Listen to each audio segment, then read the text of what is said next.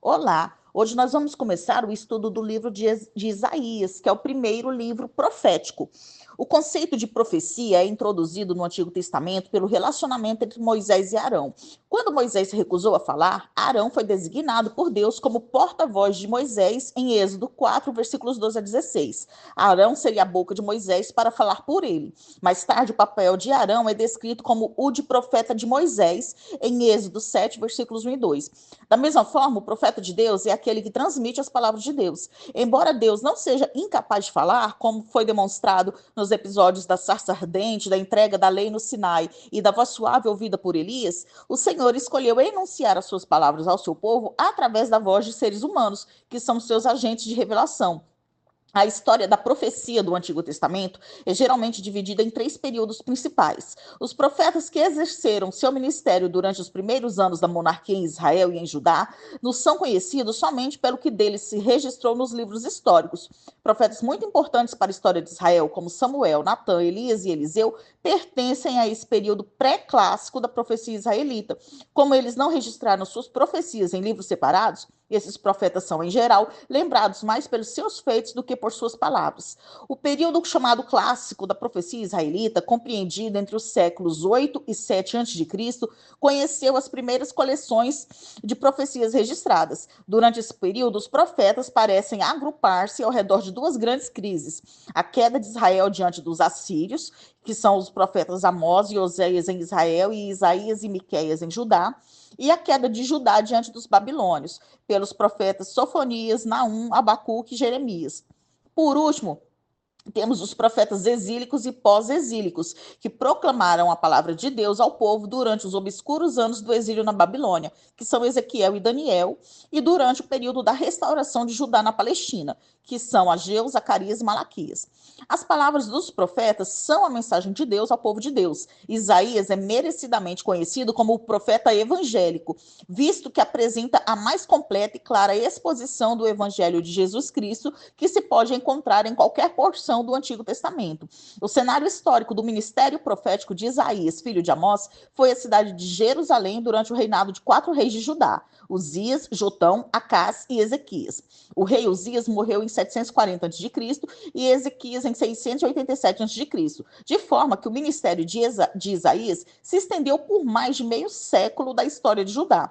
Segundo a tradição hebraica, Isaías foi morto por causa da sua fé, sendo cerrado ao meio por ordem do filho ímpio de Ezequias e sucessor do trono, o rei Manassés. Isaías aparentemente veio de uma influente família de classe alta em Jerusalém. Ele tinha boa instrução e era talentoso como poeta e profeta. Também estava familiarizado com a realeza e era conselheiro profético dos reis quanto aos assuntos estrangeiros de Judá. Ele geralmente é considerado o mais conhecido, instruído e influente dos profetas escritores. Era casado com uma mulher que também tinha o dom de profecia e tinham 2 filhos cujos nomes continham uma mensagem simbólica para a nação. Isaías viveu na mesma época dos profetas Oséias e Miqueias. Ele entregou suas mensagens de Deus durante a expansão ameaçadora do Império Assírio, período em que houve a queda final de Israel e o declínio espiritual e moral de Judá. Isaías alertou o rei Acás de Judá a não buscar a ajuda da Assíria contra Israel e a Síria. Ele advertiu o rei Ezequias, depois da queda de Israel em 722 a.C., de não fazer alianças com nações estrangeiras contra a Assíria. O profeta exortou a ambos os reis a confiarem somente em Deus para protegê-los e defendê-los. Isaías teve a sua maior influência durante o reinado do rei Ezequias. Um propósito de 3 partes é evidente na escrita de Isaías. Primeiro, o profeta confrontou a sua própria nação e outras nações na época com a mensagem direta de Deus sobre o pecado deles e suas consequências, na forma de um juízo próximo que viria da parte de Deus. Segundo, baseado nas visões e revelações de Deus, Isaías profetizou uma mensagem de esperança para a futura geração de exilados judeus que seriam a seu tempo libertados do cativeiro. Deus os resgataria, restauraria o seu relacionamento com eles e revelaria o seu plano de salvação através deles a todas as nações do mundo. Terceiro, finalmente, Isaías profetizou que Deus enviaria o Messias, ungido, o Salvador, cuja mensagem de salvação no fim englobaria todas as nações da terra. Esta mensagem daria esperança ao povo de Deus sob a antiga e a nova aliança, isto é, antes e depois de Jesus Cristo, o Messias vir à terra e dar a sua vida para pagar pelos nossos pecados. Nesse slide há um esboço simplificado do livro de Isaías. E neste slide você pode verificar os reis de Judá no período do ministério de Isaías. Agora nós vamos estudar os capítulos 1 a 3 do livro de Isaías. Versículo 1 do capítulo 1. Visão significa que o livro é uma revelação de Deus. Uzias, Jotão, Acaz e Ezequias foram os reis de Judá que reinaram de 792 a 686 a.C. Nenhum rei de Israel é mencionado, visto que Isaías ministrou principalmente para o reino do sul, Judá. Versículo 2. Os céus e a terra são chamados para ouvir as acusações contra o povo de Deus. Isaías chamou as testemunhas para que ouvissem as acusações apresentadas nos versículos seguintes e proferissem julgamento. O próprio Deus descreve a rebelião de seu povo, referindo-se a ele como seus filhos, sublinhando o escândalo da traição. Versículo 3. Deus estava perplexo diante da insensatez do seu povo. Esse povo era mais estúpido que um boi, ainda mais estúpido que um jumento. O primeiro, o boi, era suficientemente inteligente para reconhecer o seu dono. E o jumento podia não reconhecer o seu dono, mas sabia onde recebia sua comida. Israel nem ao menos possuía esse nível de inteligência ao negar Deus, seu dono e sustentador. Versículo 4. Ai, é um grito de dor e indignação. O Senhor é chamado de Santo de Israel 26 vezes no livro de Isaías, mas apenas 6 vezes no restante de todo o Antigo Testamento. Isaías nasceu depois da divisão de Israel em Reino do Norte e Reino do Sul, mas Israel aqui se refere a todas as tribos, quando o reino estava unido. Ao chamar Deus de Santo de Israel, o profeta enfatiza não apenas o caráter distintivamente santo de Deus, mas também que o povo de Deus deve ser santo para que possa continuar em um relacionamento correto com ele. Versículos 5 e 6. A rebelião de Judá já tinha colhido consequências. Eles eram como um homem enfermo cujas feridas se originaram de uma surra. Talvez uma alusão poética a ameaças militares assírias em 722 a.C., quando caiu o reino de Israel ao norte. Ou talvez a uma incursão posterior em 701 a.C. Versículos 7 e 8. O pecado de Judá teve como resultado uma invasão militar estrangeira na terra. A filha de Sião é uma personificação de Sião, o lugar mais sagrado em Judá, o monte onde estava construído o templo. Isso traz à lembrança do leitor o relacionamento íntimo que Deus possuía com o povo que ele deve julgar. Uma cabana na vinha ou uma choupana no pepinal eram estruturas frágeis, sem conservação, cairiam aos pedaços. Isso fornece uma analogia iluminadora para a desolação de Jerusalém. Versículo 9. Deus tinha sido gracioso, ele não destruiu completamente o seu povo como fez com Sodoma e Gomorra. Pelo contrário, alguns haveriam de sobreviver ao juízo. Haveria restauração após a purificação do juízo. Versículo 10. Embora Deus não punisse o povo com uma aniquilação total, como havia feito a cidade de Sodoma e Gomorra, isso não significava que Judá não merecesse o mesmo destino. Seus governantes eram como os habitantes dessas cidades depravadas que negaram hospitalidade a estrangeiros e se entregaram a práticas sexuais pervertidas. Versículo 11. Deus tinha ordenado que seu povo oferecesse sacrifícios, mas os sacrifícios do seu povo eram repreensíveis aos seus olhos, pois eles não eram oferecidos com motivações puras, ligadas a um arrependimento sincero. Pelo contrário, eram oferecidos com as mãos cheias de sangue. Versículos 13 e 14. Deus também tinha ordenado que Israel consagrasse tempos sagrados como os sábados e as festas anuais, mas eles eram repugnantes a Deus por causa da hipocrisia do seu povo. Versículo 15. Seus sacrifícios, tempos de adoração e até as orações não eram aceitáveis, porque suas mãos estavam cheias de sangue. Ou seja, eles pecavam e não se arrependiam, e ainda participavam da adoração. Deus não tolerava esse comportamento hipócrita.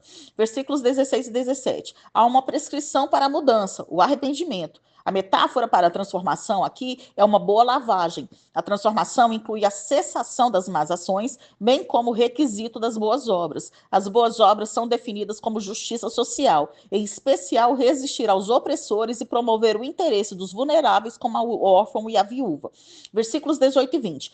O Senhor apresentou duas opções para o povo. A primeira era arrepender-se e obedecer. O resultado seria uma notável transformação. Agora eles estavam vermelhos como sangue em consequência do seu pecado, mas o arrependimento os tornaria gloriosamente brancos. Eles podiam ser purificados e o resultado seria uma vida boa. A segunda opção era a rebelião continuada, uma linha de ação que levaria à sua destruição. Versículos 21 e 22. O povo de Deus nem sempre foi corrompido. Jerusalém, anteriormente uma cidade fiel, se pervertera.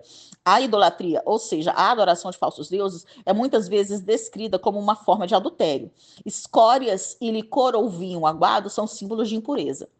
Versículo 23. A prática do suborno é fortemente condenada na lei de Deus, visto que essa prática fomenta a injustiça e a discriminação. Os príncipes de Judá eram corruptos. Eles buscavam a própria vantagem financeira e negligenciavam os direitos e as necessidades dos que eram socialmente vulneráveis. Versículo 24. O proprietário, Deus, o soberano, restaurará a justiça, removendo seus inimigos, os líderes injustos de Jerusalém. Versículo 25. Esta passagem retrata como Deus opera para purificar o seu povo. Ele age como um metalúrgico que remove as impurezas que sobem para a superfície do metal fundido quando este passa pelo fogo. O processo de Deus de refinamento espiritual não seria fácil ou prazeroso para o seu povo, mas para os que abandonassem os seus pecados e se voltassem para Deus, o processo livraria sua vida do mal e restauraria o seu relacionamento com Deus. Versículo 26. O novo tempo será uma restauração, trazendo a continuação miraculosa e a renovação para a comunidade da aliança. A liderança e o povo viverão em harmonia com a vontade de Deus. A nova comunidade será composta de homens e mulheres que põem em prática a retidão e demonstrem compromisso com Deus e com outros seres humanos. Versículos 27 e 28. O remanescente da cidade, de que se arrepender de seus pecados, alcançará a redenção, juntamente com a futura restauração da prosperidade de Israel. Mas Deus entregará os impenitentes à destruição. Versículo 29. O povo de Deus pecava por sua idolatria, que geralmente tomava a forma de adoração de falsos deuses com rituais exóticos. Uma forma comum dessa adoração falsa envolvia carvalhos que provavelmente estavam associados à adoração de uma deusa cananeia de fertilidade chamada Azerá, que seria mãe ou esposa de Baal. Versículos 30 e 31. Judá se tornaria como um carvalho. A imagem da árvore representa aqui o orgulho e a resistência do povo de Deus. Todavia, esse aparente vigor é minado pelo fato da árvore não ser regada e assim arderá rapidamente quando for incendiada. Agora nós vamos estudar o capítulo 2, versículo 2 do capítulo 2. A expressão últimos dias se refere ao futuro, algum tempo depois do julgamento do pecado do povo de Deus. O monte do templo do Senhor é uma referência a Sião, onde o templo estava construído. Sião era o local onde Deus dera a conhecer a sua presença de uma forma especial entre o seu povo. Na verdade, o Monte Sião não era fisicamente imponente. O Monte das Oliveiras, ali perto, era consideravelmente mais alto. Mas em termos de importância espiritual, Sião ficava acima de todos os outros montes do mundo. Versículo 3. A visão antecipa o dia em que não somente Israel, mas todas as nações virão a esse monte que representa a presença de Deus na terra. Deus tinha prometido a Abraão que ele abençoaria as nações por intermédio dos seus descendentes. Atualmente, a igreja é composta por pessoas de muitas nações diferentes que se voltaram para Deus, cumprindo assim essa visão, ao menos de um modo preliminar. Versículo 4. Com o Messias assentado sobre seu trono em Jerusalém, o mundo gozará de condições de paz ininterruptas. Ao buscarem ao Senhor, as nações experimentarão uma grande transformação. Elas empregarão suas energias e seus recursos não para a destruição, mas para as atividades produtivas. Versículo 5. Israel é convidado a seguir a Deus como o mínimo que pode fazer em antecipação do fato de que as nações se voltarão para Deus no futuro. Isaías chama o povo de Deus a viver agora na luz do futuro prometido. Versículos 6 e 7. Deus se afastara do seu povo por este ter absorvido as superstições de seus vizinhos do Oriente, como Edom e Mesopotâmia, e do Ocidente, como a Filístia. Em particular, eles eram adivinhos que tentavam acessar a esfera divina através de rituais, com o objetivo de predizer o futuro ou desviar o mal. A Torá proíbe tais práticas em Levítico 19, versículo 26, e Deuteronômio 18, versículos 9 a 14. Inclusive, o texto de Deuteronômio 17, versículos 14 a 20, proibia aos reis o acúmulo de metais preciosos e recursos militares, como cavalos e carros. Versículos 8 e 9. Sob o reinado de reis ímpios, a adoração aos ídolos floresceu tanto em Israel como em Judá. Entretanto, alguns dos reis justos de Judá conseguiram impedi-la. Hoje, embora nem todos adorem imagens esculpidas ou moldadas, a adoração a pessoas ou a objetos que simbolizam poder continua. Homenageamos ou adoramos carros, casas, astros do esporte, celebridades, dinheiro, etc. A adoração a ídolos é pecado porque insultamos a Deus quando adoramos alguma coisa que ele criou e não a ele, e quando colocamos nossa confiança em alguma coisa ou pessoa que não seja Deus. Somos impedidos de conhecê-lo e servi-lo assim. Faz com que confiemos em nossos esforços e não em Deus. Versículo 10. Quando confrontados com opressão implacável, os israelitas sitiados costumavam procurar abrigo em cavernas e buracos no chão. As pessoas procurarão abrigo, mas ninguém poderá ocultar-se do Senhor. Versículo 11. Isaías vê os olhos altivos e a arrogância humana como algo central para aquilo que há de errado com o mundo, e a exaltação exclusiva do Senhor como a única solução. Por meio do juízo, Deus abate as pretensões pecaminosas do seu povo. Versículos 12 a 17. Os profetas falaram muitas vezes de um vindouro dia do Senhor. Esse é um dia de juízo para os pecadores, o que significa a redenção do povo de Deus. No entanto, o povo de Deus, nesses versículos, era objeto de sua ira, visto que o povo estava rebelde contra ele. Embora o dia do Senhor aponte finalmente para o juízo final, as punições temporais que Deus aplica ao seu povo são frequentemente entendidas como cumprimentos antecipatórios do juízo final. O Líbano e Bazã eram bem conhecidos por suas terras férteis e especialmente por suas árvores imponentes. Assim, eles são representativos do orgulho construído sobre a abundância. O julgamento de Deus é contra todo tipo de orgulho e arrogância. Versículos 19 e 20. As pessoas fugirão cheias de espanto por causa do juízo vindouro de Deus. Por medo, elas lançarão fora seus ídolos preciosos. Os estimados, porém fraudulentos ídolos do presente mundo serão reconhecidos pelas coisas desprezíveis que são e pela influência desprezível que exerceram. A verdadeira conversão não se preocupa com minúcias perdidas. Versículo 22. Ao falar para se afastar do ser humano, Isaías exorta a uma avaliação realista sobre a fraqueza do poder e orgulho humano. As pessoas não devem depositar sua confiança no ser humano, mas devem depositá-la em Deus. Agora nós vamos estudar o capítulo 3, versículos 1 a 3 do capítulo 3. Visto que o povo de Deus confia no homem, não em Deus, ele retirará do povo o sustento e o apoio, o que algumas versões trazem como Deus vai retirar o bordão e o cajado. Embora vários líderes políticos, militares e religiosos estejam na lista, ela começa com coisas básicas como pão e água, mas ele vai retirar as figuras de autoridade. Versículos 4 e 5. Com a remoção dos líderes em quem o povo confia, vem a instalação de jovens para substituí-los. Isso resultará em caos social e opressão. A inexperiência no governo levaria à degeneração da sociedade e à irresponsabilidade em todos os níveis da vida da nação. Versículos 6 e 7. Numa sociedade assim desordenada, não é necessário muita coisa para ser líder entre os homens. Na ilustração descrita nesses versículos, as pessoas se mostram tão indispostas e incapazes de liderar que algum homem será pressionado a assumir a liderança apenas porque possui roupa. Mas a condição de anarquia será tão intensa que ninguém se atreverá a aceitar qualquer posição de autoridade sobre o povo. Versículos 8 e 9. A queda de Jerusalém em 586 a.C. foi apenas um cumprimento parcial dessa profecia. O cumprimento final dar-se-á imediatamente antes da segunda vinda de Cristo. Contra o Senhor, a raiz do problema de Sião aparece. Rebelião manifesta contra o Senhor. O povo peca de maneira desavergonhada, como o povo de Sodoma e Gomorra. As pessoas não fazem nenhum esforço para esconder isso. Versículos 10 e 11. Nem todas as pessoas experimentarão o severo juízo de Deus. Os justos serão recompensados com uma vida boa, mas os ímpios sofrerão. Em ambos os casos, terão a parte que lhes cabe, ou seja, colherão o que plantaram. Versículo 12. As mulheres e as crianças eram consideradas pessoas mal preparadas para assumir uma posição de liderança. Assim, figurativamente, elas servem como uma imagem depreciativa dos incompetentes governantes do povo. Versículos 13 a 15. O Senhor exige um acerto de contas com todos os que oprimem seu povo, sejam nativos ou gentios. Os líderes eram culpados pela destruição da vinha, a terra de Judá, por sua exploração dos necessitados. Versículos 16 e 17. As soberbas filhas de Sião representam a cidade e os habitantes de Jerusalém, não apenas seus habitantes do sexo feminino. Embora, obviamente, houvesse entre eles mulheres ricas e poderosas e esnobres, o fato da cidade ser claramente descrita por tal personificação feminina nos versículos 25 e 26 deste capítulo confirma a visão de que o termo não devia ser restringido à população feminina. Versículos 18 a 24. Deus humilhará essas mulheres soberbas que representam a cidade e os habitantes de Jerusalém. Sua aparência física será arruinada e seus enfeites serão removidos. Elas acabarão vestindo uma corda no lugar de cinto.